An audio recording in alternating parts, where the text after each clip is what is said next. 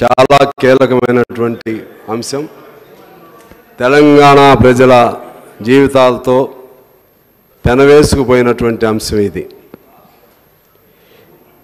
ఈ ధరణి అనేది ప్రవేశపెట్టబడిన తర్వాత గ్రామాల్లో ఒక అప్రకటిత అల్లకల్లోలం ఇవాళ అన్ని గ్రామాల్లో ఉంది. కారణం సరే మా మిత్రులు మాట్లాడుతూ చెప్పారు, చాలామంది సలహాలు తీసుకున్నారు. అందరు సలహాలు తీసుకున్న తర్వాత ఇటువంటి ఒక అద్భుతమైనటువంటి పథకాన్ని ప్రవేశపెట్టారని అందరు సలహాలు తీసుకున్నారు. పెద్దలు, ఆనాటి పెద్దలు ఒక్కరి సలహా పాటించారు. ఆ ఒక్కరు ఎవరంటే సోమేష్ కుమార్. ఆ ఒక్కరి సలహా. మరి అంత పెద్ద తెలివి కలిగిన మేధావిగా ఉన్నటువంటి కేసీఆర్ గారు ఎందుకు అతని మాయలో పడ్డారో నాకైతే తెలవదు అధ్యక్ష, కానీ చాలా మాయలో పడ్డారు. ఇది మీకు ఉదాహరణ చెప్పాలంటే రోబో అనే ఒక సినిమా వచ్చింది. రోబో తయారు చేస్తాడు, ఆ తర్వాత ఆ రోబోని ఎలా డిఫ్యూజ్ చేయాలో తెలవదు. చివరికి ఆ రోబో ఎవరిని తయారు చేశారో వాళ్ళనే ముంచేస్తుంది. అదే పద్ధతిలో పూర్వం బ్రహ్మాస్త్రాలు లేదా ఇంకే ఉండే పురాణాల్లో అస్త్రం వదలటమే తప్పితే మళ్ళీ వెనక్కి ఎలా తీసుకోవాలో తెలవదు. అలాగే భస్మాసురుడి హస్తం అంటారు. భస్మాసురుడు ఎవరిని కాదు, అది ఎవరుంటే వాళ్ళకి అప్లై అయ్యిద్ది.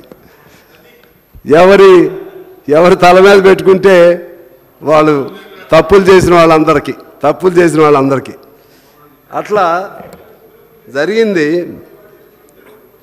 ఈ ధరణికి సంబంధించి పెద్దలు కేసీఆర్ గారు చాలా ఆలోచన చేసి ఉంటారు.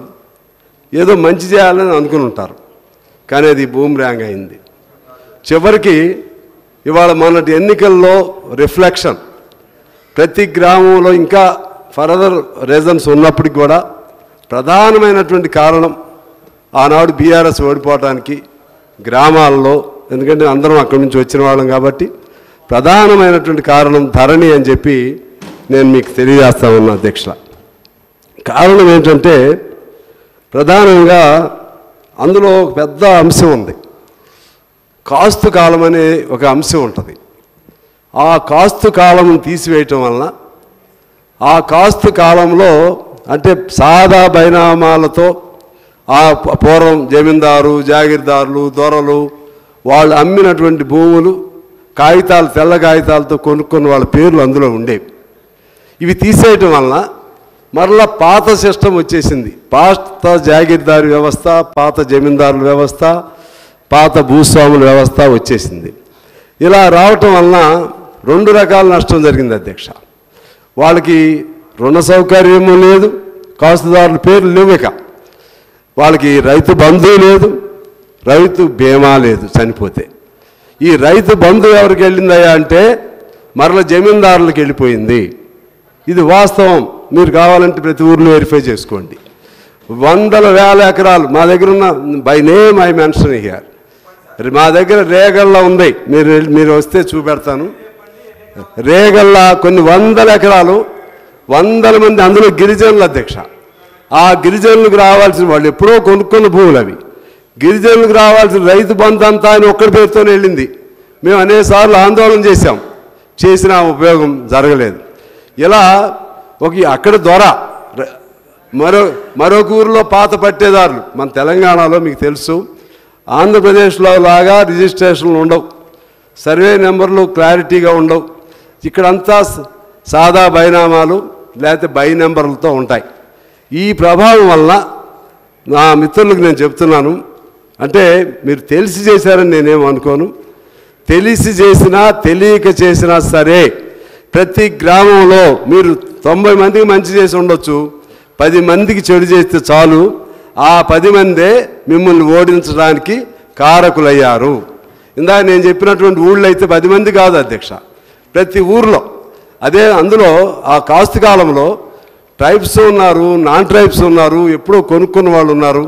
ఆ విధంగా చాలా నష్టం దీనివలన జరిగింది. దీని ప్రధాన ఉద్దేశం ఏంటి అధ్యక్ష? ఆనాడు వీళ్ళు చెప్పింది స్లాట్ బుక్ చేసుకుంటే చాలు, mutation registration at a time అయిపోయింది, తొందరగా త్వరితగతిన అయిపోతుంది, అవినీతి ఉండదు, భూముల సర్వే నెంబర్లు డిస్టర్బెన్స్ ఉంటే అన్నీ సెట్ అయిపోతాయి. ఇక కొత్త రకం అంతా కూడా ఆన్లైన్తో ఆ పుస్తకం ధరనిది పెట్టుకుంటే చాలు, అన్నీ స్వర్గమే అందులో కనపడుతుందని చెప్పారు అధ్యక్ష. కానీ జరిగింది ఏంటి? అన్నీ ఏ అవినీతి జరగకూడదని అన్నారో ఆ అవినీతి ఎప్పుడూ లేనంత అవినీతి జరిగింది అధ్యక్ష. ఎప్పుడు లేనంత అవినీతి. పెద్ద వాళ్ళందరూ కూడా దీన్ని అడ్డం పెట్టుకుని ముఖ్యంగా హైదరాబాద్ నగరం జిల్లా కేంద్రాల్లో దీన్ని అడ్డం పెట్టుకుని అమాయకులు అయినటువంటి వాళ్ళని పక్కన నెట్టేసి అక్కడ ఉన్నటువంటి ఆ రిజిస్ట్రేషన్ చేసే వాళ్ళతో తను ఒక ఆధార్ కార్డు తీసుకుని వెళ్ళిపోయి ఈ భూమి తనదే అని చెప్పి స్లాట్ బుక్ చేసుకుంటే వాళ్ళకు వచ్చేసినాయి. మీరు అందుకనే నేను మీ ద్వారా ప్రభుత్వాన్ని కోరుతా ఉన్నాను, ఖచ్చితంగా దీనిపైన విచారణ చేయాలి. విచారణ అంటే ఇది ఒక ప్రాంతమో ఒక చోటో ఒక జిల్లానో కాదు, ఇది అన్ని చోట్ల జరిగింది. ఎక్కడెక్కడ ఎవరి భూములు ఎక్కడికి పోయినాయి, ఎంత భూములు పోయినాయో ఇది ఒక సమగ్ర విచారణ చేస్తే అప్పుడు ఇందులో కల్పిట్స్ ఎవరి భూములు ఎవరు తిన్నారు, ఎంత అవినీతి జరిగింది. ఎందుకంటే ఆనాడు చెప్పారు 2 లక్షల కోట్ల అవినీతి అని. అసలు ఎంత వాస్తవం? ఇవన్నీ బయటకు రావాలంటే ఖచ్చితంగా సమగ్ర విచారణ చేయాలని చెప్పి నేను కోరుతా ఉన్నాను. అందుకని వాళ్ళ మెయిన్ పర్పస్ అవినీతి రహిత అనేది అక్కడే ఫెయిల్ అయిపోయింది అధ్యక్ష. అలాగే భూముల సర్వే మరింత కన్ఫ్యూజ్ అయిపోయారు. మరింత మామూలు కన్ఫ్యూజన్ కాదు. నా భూమి పక్కనానికి పడిపోయింది, ఆ పక్కరాని భూమి ఇంకో పక్కరానికి పడిపోయింది. అదేంటే కంప్యూటర్ తప్పులు చేస్తే ఆ భూములు మళ్ళీ సరి చేసుకోవాలంటే మళ్ళీ ఎక్కడ పోవాలి? కలెక్టర్ కూడా అప్పుడు అధికారం లేదు. ఒకవేళ ఉన్నా కలెక్టర్ దగ్గర ఒక ఆపరేటర్ ఉంటారు, ఆ ఆపరేటర్ ఓపెన్ చేస్తే తప్పితే దానిలో విషయం తెలవదు. మరి అయినా కూడా కలెక్టర్ కూడా సరి చేయలేడు అధ్యక్ష. ఆ భూముల్ని మళ్ళీ సరిచేసి నా భూమి ఇంకోళ్ళకి పోతే నా భూమి నాకు రావడానికి అవకాశం లేదు, మళ్ళీ కోర్టుల దగ్గరికి వెళ్లాల్సి వచ్చేది. ఆ విధమైనటువంటి పెద్ద కన్ఫ్యూజన్ ఏమి సరిచేద్దాం అనుకున్నారో అంతకంటే పెద్ద కన్ఫ్యూజన్ జరిగిందని మీ దృష్టికి నేను తీసుకొస్తున్నాను అధ్యక్ష. అంటే ఎంఆర్ఓలు కంప్యూటర్సు వాళ్ళు ఏది చేయాలనుకుంటే అంటే ఇది అంతకుముందు రిజిస్ట్రార్ ఉండేవాడు, తీసేసి మున్సిపల్ కమిషనర్లు ఎంఆర్ఓలకు అప్పచెప్పడంతో అక్కడున్న ఆపరేటర్ ఒక ఆయన మొత్తం రింగ్ తిప్పే పరిస్థితి వచ్చింది అధ్యక్ష.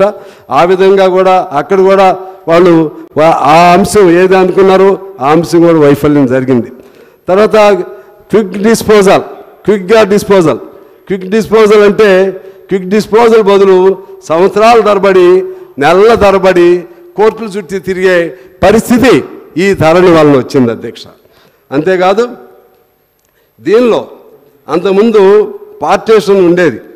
ఏదైనా పార్టీషన్ చేసుకోవాలనుకున్నా, ఏదైనా పేరు మార్చుకోవాలనుకున్నా 45 రోజులు సమయం ఉండేది అధ్యక్ష. 45 రోజుల సమక్ష నా భూమి నేను ఇంకోళ్ళకి అమ్మితే ఇది వాస్తవమా కాదా అని వెరిఫై చేయడానికి విఆర్ఓలు ఉండేవాళ్ళు, సిస్టమ్ ఉండేది. ఇది తీసేయటం వలన స్లాట్ సిస్టమ్ పెట్టడం వలన నా అన్నదమ్ముల మధ్య తగు వస్తే అన్నదమ్ముల మధ్య నేను లేను, మా అన్నే వెళ్తాడు అక్కడికి, వెళ్ళిపోయి ఇదంతా మాదేను ఒక ఆధార్ కార్డు పెడితే ఆయన పేరుతో స్లాట్ బుక్ అవుతుంది అధ్యక్ష. ఇక నాకు రాదు, మళ్ళీ నాదేం తేల్చుకోవాలంటే మళ్ళీ నేను కోర్టుకి వెళ్ళాలి. కోర్టుకి వెళ్తే అది పరిష్కారం కాదు.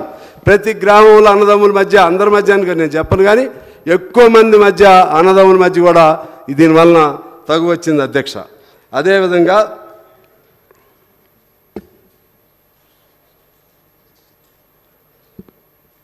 ఈ కేవలం కంప్యూటర్ పైన ఆధారపడటం, అంతకుముందంటే మాన్యువల్ కూడా ఉండేది. ధరణితో కొంత సౌలభ్యం ఏదైనా ఉందంటే కొంతమందికి వెంటనే తెచ్చుకోగలిగారు, కానీ ఎక్కువ నష్టం జరిగింది.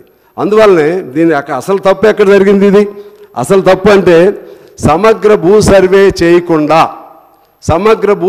చేయకుండా పైన ధరణి ద్వారా ఈ సర్వే ధరణి పేరుతో పైన చేసిన సర్వే వలన కింద ఉన్నటువంటి లొసుగులుగానే ఉన్నాయి.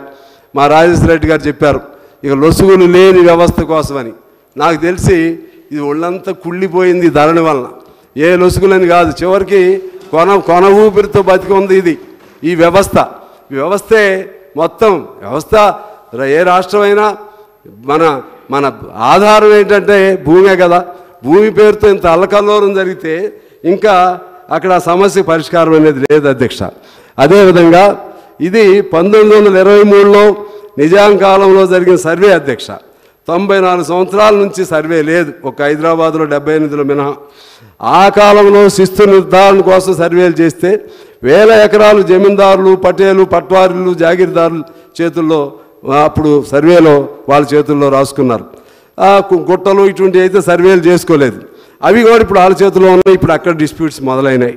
ఆ జమీందారు, జాగీర్దారు చేతుల్లో ఉన్నటువంటి ఆ భూముల్ని తిరిగి మన ఈ ధరణి పేరుతో మరలా పాత జమీందారులందరికీ వాళ్ళ భూములు వాళ్ళకి పోయాయి అధ్యక్ష.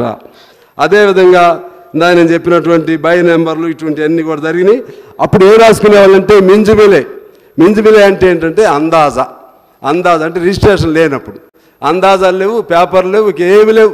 ధరణి పేరుతో మొత్తం కూడా కొత్త నయా భూస్వాములు తయారయ్యారు అధ్యక్ష. ఆ విధంగా మనం అసలు దానికంటే చెడు ఎక్కువ జరిగిందనేది మీ ద్వారా తీసుకొస్తున్నాం. అప్పుడు విఆర్ఓ ఉండేవాడు, తహసీల్దార్ ఉండేవాడు, జాయింట్ కలెక్టర్ ఉండేవాడు. ఇన్ని కౌంటర్ చెక్స్ ఉండేవి. ఇన్ని కౌంటర్ చెక్స్ వలన తప్పు చేయడానికి చాలా అవకాశాలు తక్కువ ఉండేవి అధ్యక్ష. అదేవిధంగా